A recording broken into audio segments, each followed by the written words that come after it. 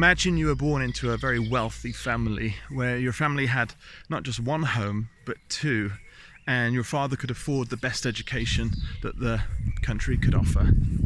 What would you do with it?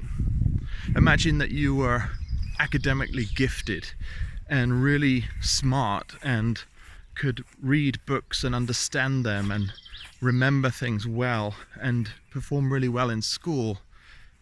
Imagine if, as a young lady, you had a choice of suitors and you could almost pick the best man or the best, most interesting, most academic, most wealthy person to be your partner. What would you do with this? What would you do with these gifts? What would you do with this potential? Well, this one person that I want to tell you about today had all of those possibilities and all of those chances, but turned them down.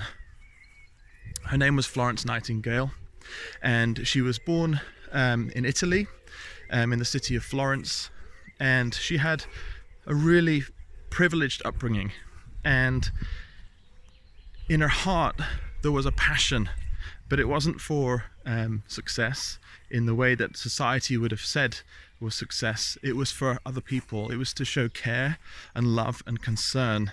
And she was really influenced by her Christian faith, and with Christ as her example, she chose to leave behind all of her privilege and serve others. So she's known as the Lady of the Lamp, and the reason is because she became a nurse.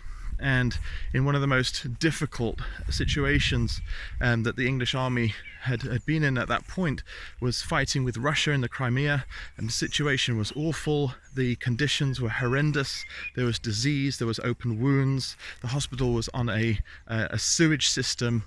It was smelly, it was dangerous. Florence herself caught a fever. She could have died, but she kept there. She trained up other nurses, and they were able to turn that place around to set an example of what hospitals are like even today. When she came back, after having become famous, she snuck back into the country and wrote books to try and reform healthcare, and even teaching other countries and other health authorities on what made good and safe healthcare. When she eventually died at the age of 90 in 1910, she was buried here, and as you can see from her grave, just the letters FN to tell her story. So what an amazing woman, what amazing humility, and what a life of sacrifice, and what an inspiration that ultimately points to Christ, but really challenges us on the things that maybe we prioritize, and on the time that we have and the gifts that we have, and how we can use them to help other people and to give them hope as well. Yeah, what an amazing life.